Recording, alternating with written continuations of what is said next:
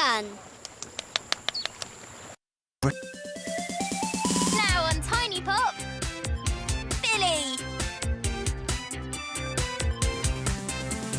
Tiny Pop. Billy.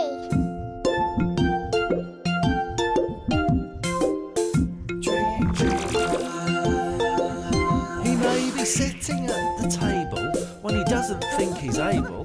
Then he's high up in the sky, making people say, oh my! And when he's sitting in the bath, it takes him down a different path. It doesn't take him very long, so that we can sing our song, 'cause he's a... He's a...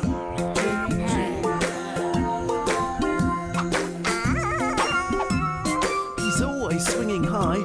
When he's dreaming, he can fly, 'cause he's... Billy. Billy was in the school playground, feeling rather pleased with himself.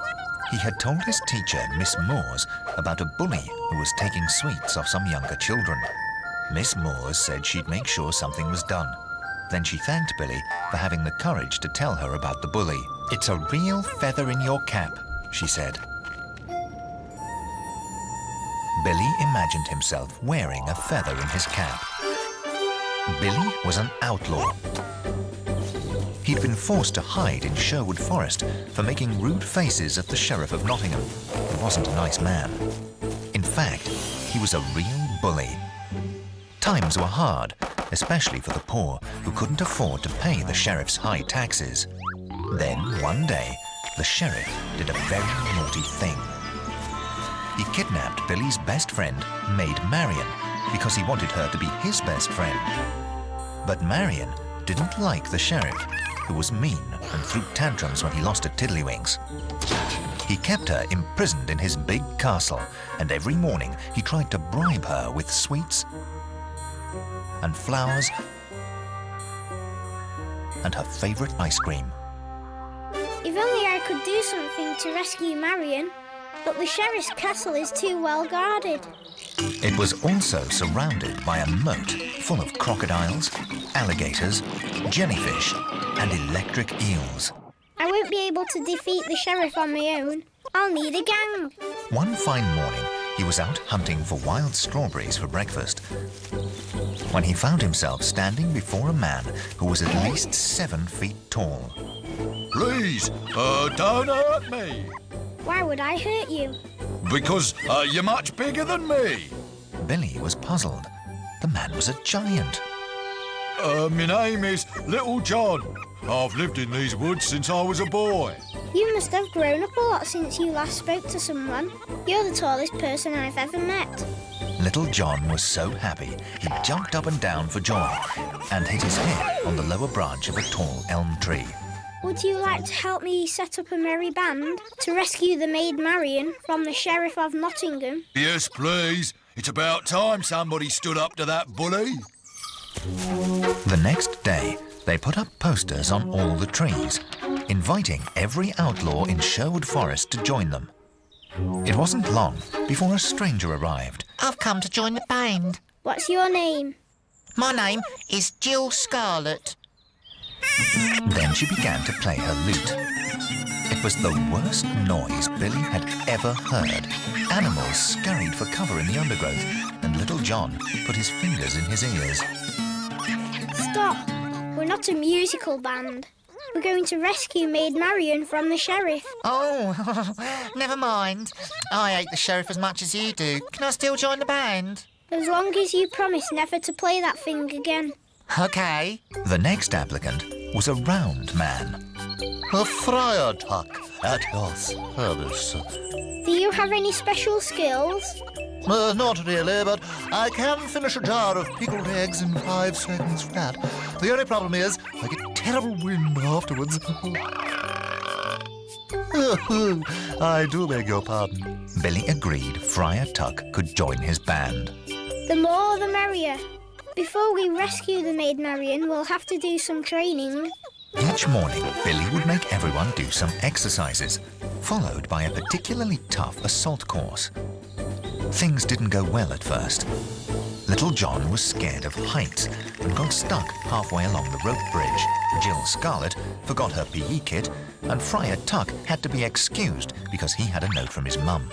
However, after a few weeks, Billy had the toughest band of merry outlaws in Sherwood Forest. Why don't we use our newfound skills to rob from the rich and give it to the poor? What a good idea. And I have a clever plan. Later that day, they hid in the bushes at the side of the forest road and waited. Presently, the sound of galloping hooves came through the trees. As soon as the stagecoach got near, Billy gave the word and Little John jumped out, dressed as a road traffic policeman. Halt! The stagecoach came to a sudden stop. Just a routine stop. Routine stop. Do you know who I am? I am the Sheriff of Nottingham's tax collector. Are you really? Well, I'm afraid to inform you that your road tax disc has expired.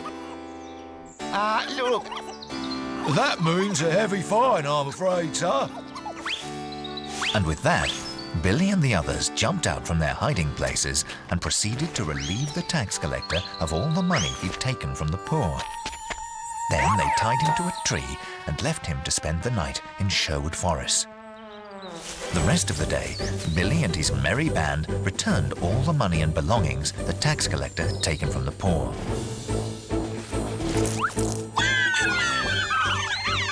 Right, I think we're ready to rescue Maid Marian. That night, Billy, Little John, Jill Scarlet and Friar Tuck sneaked up to the sheriff's castle. First, they would have to cross the drawbridge over the moat. However, there were 2 guards keeping watch. Leave this to me.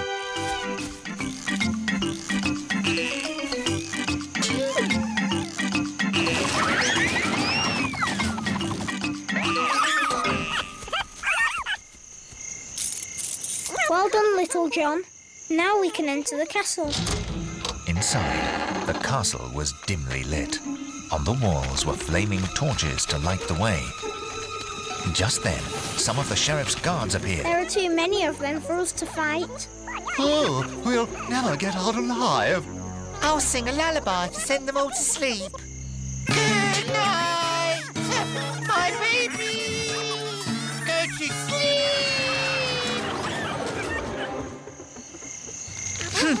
Seems no one round here appreciates good music. Well done. Now we can find the sheriff and get him to release Marian. I think not. One false move and Marian will become a crocodile's dinner. Did someone mention dinner? Then Friar Tuck pulled out a large jar of pickled eggs and swallowed them down whole. I can't see anything.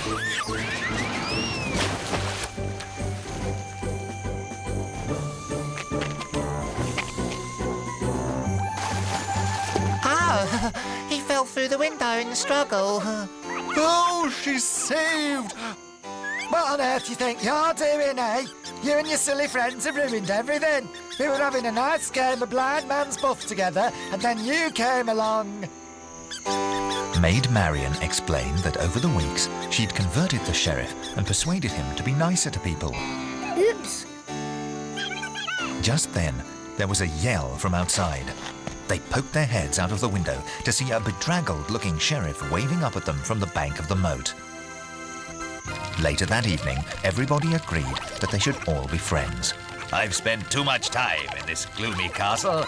I've realized the best way of making friends is to be nice to people. Oi, you! Oh dear, I'm done for now. Want a sweet? The bully pushed a handful of jelly babies in front of him. Thank you. Oh, that's okay. Just don't take the green ones, eh?